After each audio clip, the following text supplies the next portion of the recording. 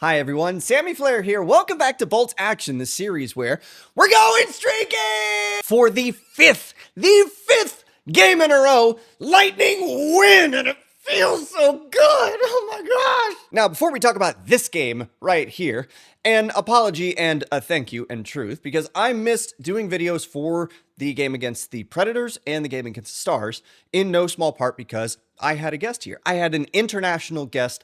A friend flew all the way over from the United Kingdom and spent a couple days with me, and it didn't exactly feel like I would have been the greatest host if I had just taken, oh, I don't know, an hour or so out of 2 nights that we were spending together to just go and yell at my computer screen while he was very much within shouting distance. So an apology on my end for missing those videos, but a thank you to you for always being patient with me and just being excited for whenever the next video drops. And that's today, baby! But since I did miss those 2 games, let's take 5 seconds per game and give an extremely quick recap of my feelings of the wins over the Predators and the Stars. Ready? Good! This is a good result. You should have won this game, but still, it's good. Sorry, is my anti-Dallas Stars bias showing? All right. Let's try to keep everything in perspective here. This is game number 12. There are 70 games left in the season. It is a marathon, not a sprint. I also know that I tend to go in waves of overreactions as good things start to pile up and as bad things start to pile up, as was very much on display after game number 6, where I had basically had it up to here and then had it up even farther than I thought I had the capacity for, and it was just time for good old-fashioned screaming at my camera. And while, with the benefit of hindsight, it is easy enough for me to remember that, let's say through the first 6 games, if you are 1, 3, and 2, you don't have to overreact, you can kind of calm down. It is perfectly logical to go on a 5-game winning streak and then declare yourself the best team in the league, and that's exactly what we're gonna do here. But you do yourself a disservice if you don't keep track of that progress. You do yourself a disservice if you do not celebrate the good things that happen along the way, and a lot of times it's completely out of your control, right? I said a couple of seconds ago that, yeah, we probably should have beat Nashville, right? That's a team that is very much on the downswing. They look like they're already going to be sellers at the deadline. We're kind of writing them off already. But you should still be celebrating the fact that you won a game when you have not had the greatest start to your season. But I do think there's legitimate reason to celebrate this win over a good Utah Mammoth team right now. Let's make sure that we put that in context as well. Good for the moment. We have no idea how good some of these teams are going to maintain their level of play over the course of the next 70 games. We have no idea who is just hitting a hot streak right now and they're going to cool down. Does any Pittsburgh Penguins fan out there think that y'all are going to win the Eastern Conference? No? Didn't think so. But the Utah Mammoth have won 8 of their first 12 games, right? This is something you cannot ignore.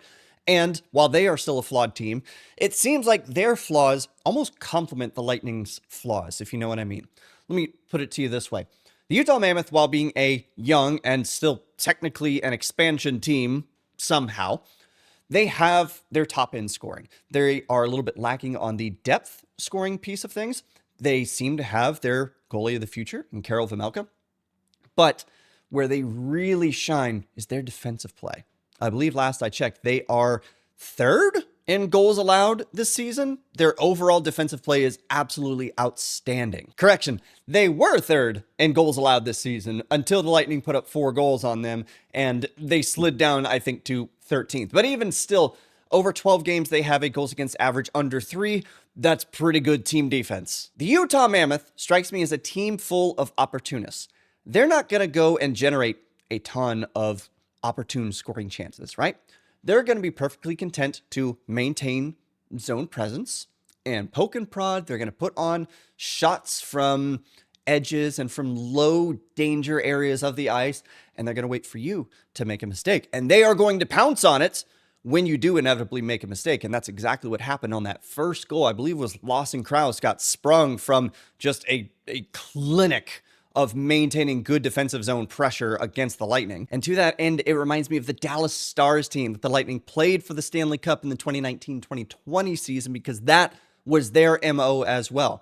They didn't have an outrageous scoring potential on their team.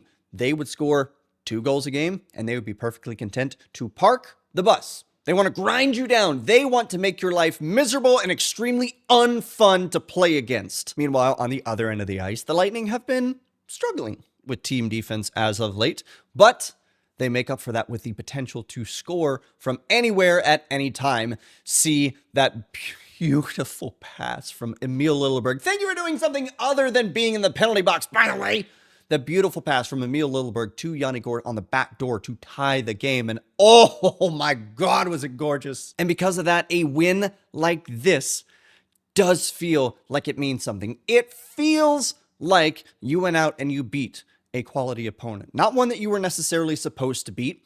You are starting another road trip. You are in Utah, then you're headed to Colorado, then you're headed to Vegas. Both of those last two teams are going to give you fits along the way, I guarantee it. And you should feel good that you showed up in such a big way against a quality opponent. You should feel good that over the course of the last 5 games or so, you have seemed to settle back into your groove. You're starting to play like you are the Tampa Bay Lightning again. You're not pretending to be any other team. I remember early on, may have even been the first video of this season, I complained, as I often do, about the Jeff Blashill way of thinking and trying to play defense like the Vegas Golden Knights. You're not. So keep playing Tampa Bay Lightning hockey. You should feel good that you're starting to get consistent production from all 4 of your forward lines. You should feel good that the fourth line of Pontus Holmberg, Yanni Gourde, and Zemgus Girgensons is sneakily one of the best bottom 6 lines in all of hockey right now. You should feel good that your young and developing talent is playing to an NHL level and that they are contributing in significant ways. You should feel really good that Curtis Douglas is doing what a 6'9", 246-pound forward should do and be a deterrent and make sure that you're more physical on the ice. You should feel really good that Dominic James has found himself as a solid bottom 6 center. Oh Lord, what are we going to do when Nick Paul comes back? That could be a problem.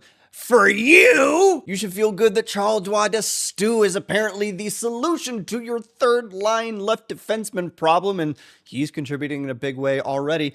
You should feel good that Jonas Johansson, for once in his career with the Lightning, looks like he can share the load with Andrei Vasilevskiy and not be a liability every time he's in net. Look, I'm going to do my best to not overreact here and to not assume that the Lightning have solved all of their issues at game number 12 in the season. They're just going to roll over the rest of the league, because that is definitely not true.